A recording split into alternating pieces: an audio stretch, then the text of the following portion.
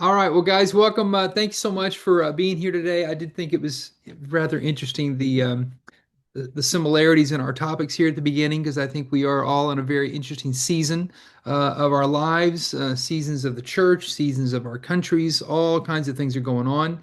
I wanted to do a brief exercise before the class, if you guys don't mind. I'd like everyone to open up the chat. And if you would, this is based on Romans 12, verse 2, where Paul tells us, do not conform to the pattern of this world, but be transformed by the renewing of your mind. So that's a great instruction, but I think in order to do it, it is important to recognize what is that pattern of the world at this time. So I wanted to ask all of you, if you would please, in the chat, just put in one word that you would use to describe the current pattern of this world. And we'll get a few answers here before we get into the content for today.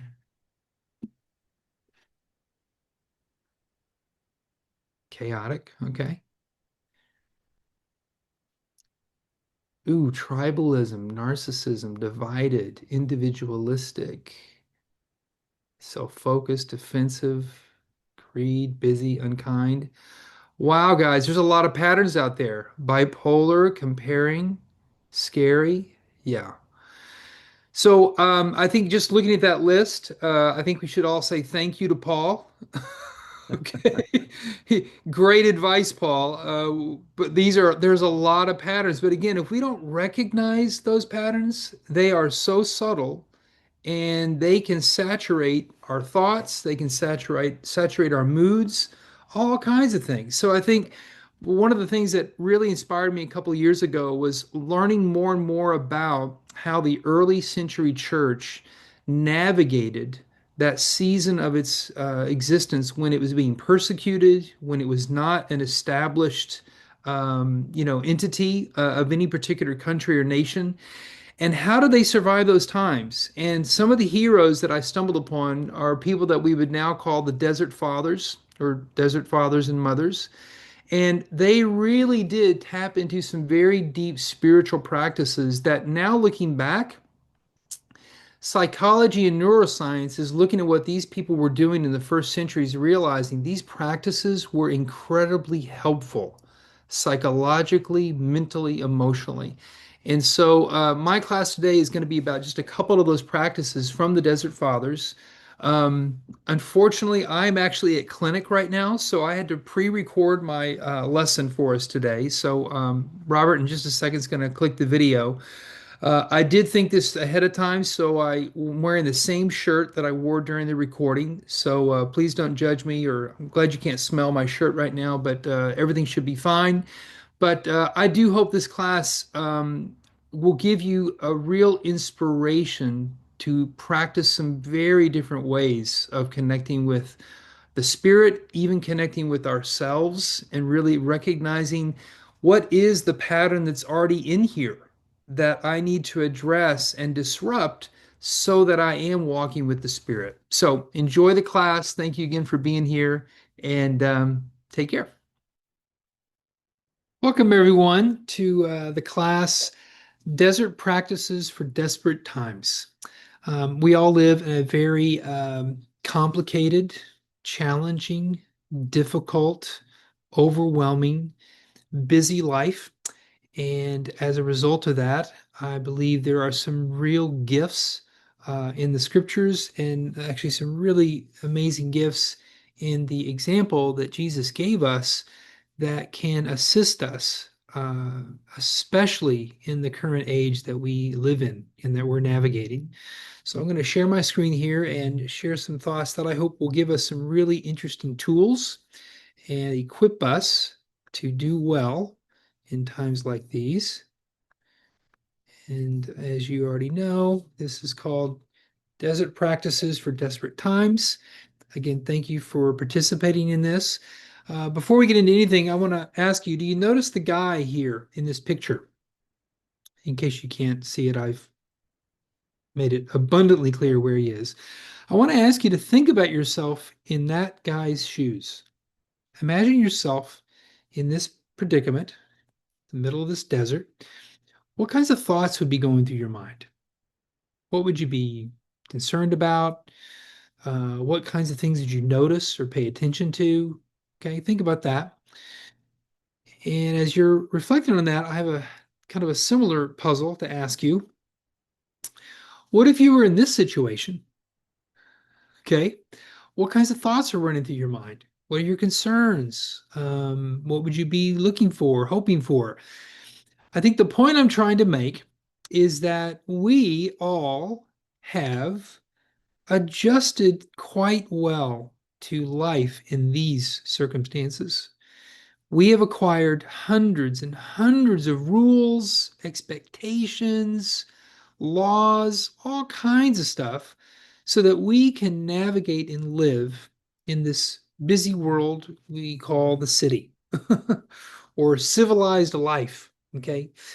Now, I don't think this is a bad thing. I'm not trying to start some campaign like, the city is bad or anything like that. I don't think Jesus ever came around saying, hey, the city is bad. He didn't say that. However, there are some practices that I think we see in Jesus's life that really reflect what some would call desert practices. And we're going to get into a couple of those today that I think will be uh, very helpful and very beneficial, not just for your spiritual well being, but also for your emotional well being, your mental well being, even your relational well being. Because I got to be honest with you, I work as a therapist. That's my main time, my main gig. Um, Living in society, it has a lot of strains on all those components of life: emotional, mental, relational. And these practices that we're going to talk about today can really provide a huge relief from a lot of the burdens that we acquire living in a busy world. So when we look at these two dynamics, we can look at desert practices or even the circumstance that we looked at initially here. Is the desert, is that just a place to be bored, to be without anything, to be deprived, or or could that hold in it a blessing? And I'm hopefully here today going to convince you that there are some blessings in that desert scenario. There are some real benefits. We look at the Gospel of Mark, and chapter 1, it says, at that time, Jesus came from Nazareth in Galilee and was baptized by John in the Jordan. Just as Jesus was coming up out of the water, he saw heaven being torn open and the Spirit descending on him like a dove. And a voice came from heaven: You are my Son, whom I love. With you I am well pleased. At once the Spirit sent him out into the wilderness, and he was in the wilderness 40 days, being tempted by Satan. He was with the wild animals, and angels attended him. Now, obviously, this is the shorter version of this story. When you look at some of the other gospels, they get more into the details of this whole temptation thing and what did Satan do, and how did Jesus navigate all that. Mark offers us a much concise version of this story. However, I think it's plenty to look at because in this short passage, just 4 verses, we see two things: the baptism of Jesus and Jesus going out into the wilderness or into the desert. What's interesting about scripture is we look at the first part and we go, Jesus got baptized. That looks good. And maybe I should do that too, since he did that. Some have asked, why did Jesus even get baptized? Did he need to repent? Did he need forgiveness? No. Some would say that probably one of the main reasons Jesus did it is because he wanted to be among us. And guess who got baptized? Sinners. So to just basically to try to get in our shoes and to be among us and to be identified with us, he went through this process that John the Baptist was offering, and it was great. And many of us have done this. But what's interesting is I think sometimes we look at certain parts of Jesus's life and say, Amen. And then there's other parts of his life, like the next verse, when he goes out into the wilderness, and we're kind of like, good luck with that, Jesus. I'm glad you did it. And, sorry you had to do that. But, what else? Give me a parable or, give me something else to chew on. Um, the thing is, Jesus did so much more than teach. He exemplified, he provided a pattern of lifestyle. And I think this comes into discipleship. When you study someone, you're not just studying their words, you're studying their lives. And I think that's what a disciple is all about. So I think there is some real importance in looking very closely at some desert practices, especially ones that Jesus most likely did, so that we can actually get some of the same benefits that Jesus was looking for when he went into the wilderness. And I don't mean just going into the wilderness, but I'm even saying putting himself in the similar circumstances as the desert, meaning being away from all distractions, being away from any attachments or expectations of others, responsibilities, to kind of isolate himself from all those things, I think was part of his spiritual practice, and I dare say can be a part of ours. One reason why it's really hard to see the benefit of desert practices or even seeing benefit in the desert is that we are a tribe that has had a history of being very, very committed and in a very effective way sometimes, really committed to the Great Commission. But here's the thing, when you look at life through the lens of the Great Commission, it is really difficult to see any benefits of doing things like desert practices. Like, come on, man, I can't study the Bible with anybody in this situation. I need to get out there and I need to, do good works. I get that.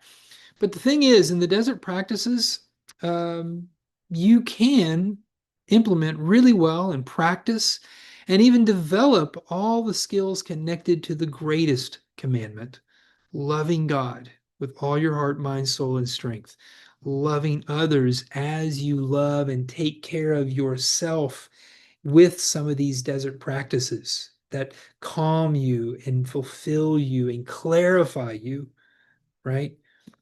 And of course, the great commandment we can do in the city as well, which we hopefully are doing. But here's the thing, throughout history, there have been many men and women who chose to imitate Jesus as he withdraws into the desert.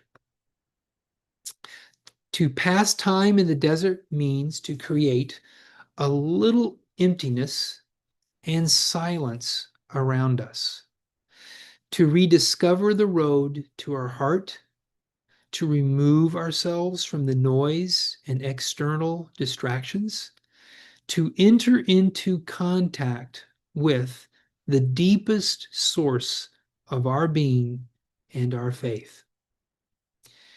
Now, before we talk about this quote, I just want to ask you to pause for a second. I want to repeat two words from this quote. And as I say the word, I want you to notice what you feel in the body when I say these things. Okay? Emptiness,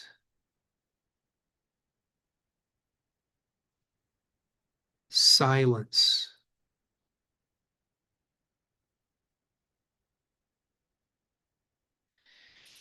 Now, I don't know about you, but I don't typically embrace those two ideas with like comfort and ease and that type of thing. These are a little uncomfortable. But here's the thing, the reason why those two concepts can be really uncomfortable is because we have been indoctrinated into this busy life that does not tolerate emptiness and does not even provide moments of silence. And I think this is where we get into the practice and the lifestyle of Jesus. Jesus regularly went to those places to have a little emptiness. and a little silence, and to get away from the noise and external distractions so that he could be in contact with the deepest source of his being and his faith. Another thing I like about the word faith is I've learned to think about faith more in the ideas of trust. When I have so much going on, when I have so many things to think about, so many responsibilities, so many stressors, so many conflicts to resolve, and bills to pay and food to buy, all that stuff, it is so difficult to even flex the trust muscle. Why do I need to trust anybody or anything when I've got so much to do? Well, again, this is where desert practices help us kind of pause so that we can get connected to that trust muscle again. Who is it I trust in this life? When we're in the desert practices, it is a lot easier to answer that question. Whereas in this mode, it is really challenging because I've got so many things distracting us and pulling us away and disrupting us. So I want us to look at a pattern of Jesus. This is, I think, an example of desert practices in Jesus's active ministry. When you pray, go into your room, close the door, and pray to your Father, who is unseen. Then your Father, who sees what is done in secret, will reward you. Now, one observation that John Mark Comer made is as Jesus taught prayer, it's interesting that he didn't start with what, he didn't even start with why, he started with where. Go into your room. In some translations, that was specifically the inner room of where people lived. It could be the closet, where it was a cut off, isolated part of a home where you would go and therefore be completely undistracted by anything going on in your life except being in that presence of God. See, this is where Jesus taught us something. Like him, we need to learn to hide. Now, I'm not telling us to, blow everybody off, don't talk to people, cut everything off. No, but Jesus had this pattern of engaging and then retreating, going in and then going out. I think we need that same practice. Now, if you don't believe me, let me go ahead and show you. Here's one example. Very early in the morning, while it was still dark, Jesus got up, left the house, and went off to a solitary place, a place where he could not fulfill any great commission, but it's where he could go and practice the great commandments. He went off to a solitary place where he prayed. Okay? Luke 5:16. But Jesus often withdrew to lonely, desolate places and prayed. See, I think the desert story definitely was the beginning of Jesus' ministry. I'm with you. I think we established that in Mark. But the thing is, I think he kept practicing that desert practice throughout his ministry by going away and blocking everything away so that he could just be in the presence of his Father. So, the two practices that we're going to look at today that are connected to desert practices are the practices of silence and solitude. Silence and solitude. So why is that? I'm not asking us to, sell our house or throw away our lease and just move out into the desert. No, but it is about building lots of inner rooms in your life. These can be a room literally in your house. This could be some place outside your house, in your front yard or in your balcony. It could be in a secret place at your job where you just go into a room, maybe even go to the bathroom just to have an inner room where you can disconnect from anything that distracts you or occupies you. It could be your car sitting in the parking lot. Okay.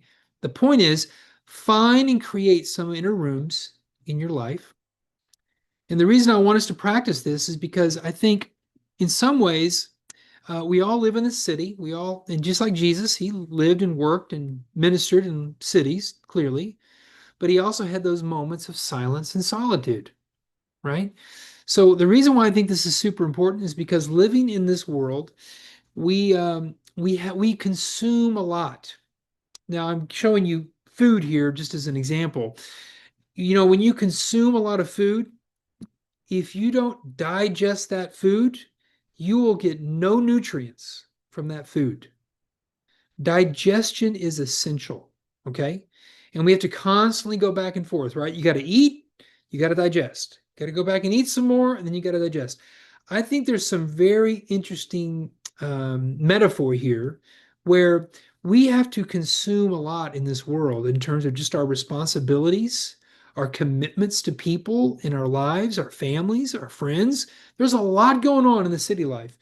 And there's a lot of things that we're taking in and learning and dealing with and navigating. But I think we also need that silence and solitude to digest the things that we're consuming. And when we don't do that, what we end up doing is we just keep on consuming, keep on consuming.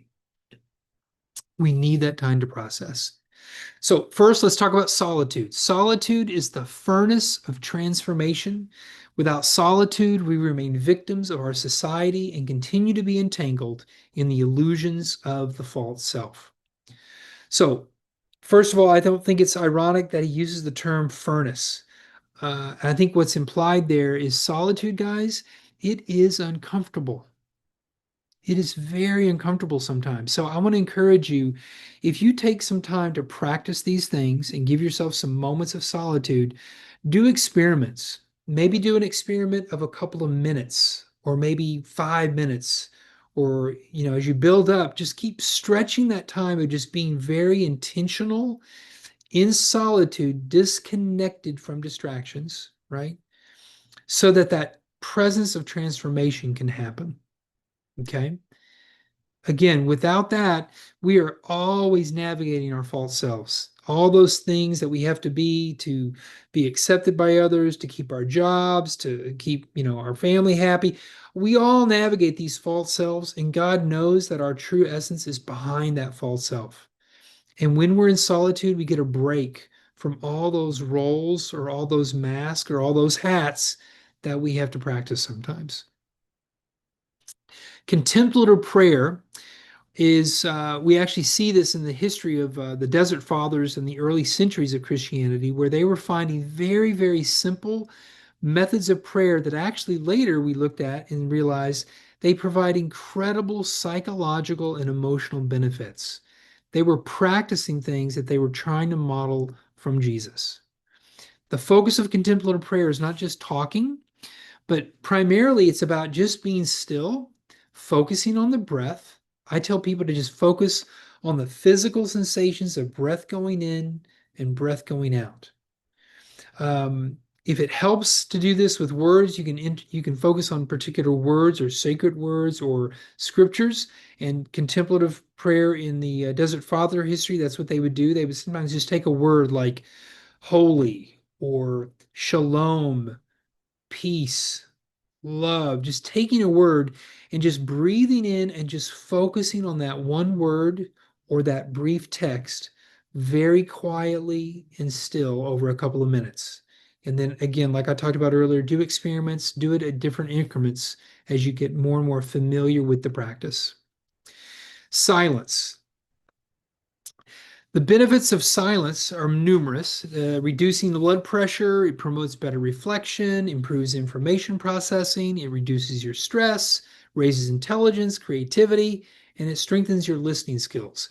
Now, I hesitated to put this on the presentation, this whole list of benefits, because guess what? The thing that's really happy about those benefits is my ego. Our ego is always asking, what's in it for me? And I read that list and go, okay, I'll do some silence because I want all those benefits. Guys, this is another reason why silence and solitude is super important, is because it also helps us shrink our ego. When you're disconnected from all kinds of obligations or proving things or fulfilling responsibilities or doing something important, when you are disconnected from all of that, your ego has nothing to do. And this is why I think Jesus kicked off his ministry with 40 days in the desert, because it shrunk the ego. And by shrinking the ego, the importance and the trust in God got bigger and stronger. That is the main benefit of silence and solitude. One practice I want to mention that I do sometimes, or I started earlier this year, is contemplative driving. I noticed that I was becoming a glutton of learning. I realized a few years ago in driving LA traffic, I can make it productive. So I listen to audiobooks and podcasts and the radio. I love listening to the news. I just keep myself super busy consuming all that stuff while I'm driving. Well, I realized I need to try something different. And what I've done now is I will give myself a very specific amount of time of just turning everything off, listening to nothing, just focusing on my breath and just being quiet while I'm driving. Now, I would not do this for a long time to get started. I first started by doing just like a couple of exits on the highway, but now I do it for like sometimes for 30 minutes or sometimes my entire drive to my job. And let me tell you, when I arrive at my job after that much silence, I feel seen, I feel known, I feel calm by having that type of time with God. I don't say any words. I'm just in that silence and I'm just connected with the presence of God. Thomas Merton said, monastic prayer, especially meditation and contemplative prayer, is not so much a way to find God, but it's more about a way of resting in Him whom we have found, who loves us, who is near to us, who comes to us to draw us to Himself. That's the ultimate win that I want for us as we do these experiments in solitude and silence. So please do a lot of experiments, do it in different places, do it in different time lengths, practice different words if you're going to do contemplative prayer. But I just want to encourage you to give yourself this opportunity and have some fun with it. And I hope it blesses you tremendously. Find your places, discover your paces, and enjoy His graces. Thank you so much for being here today.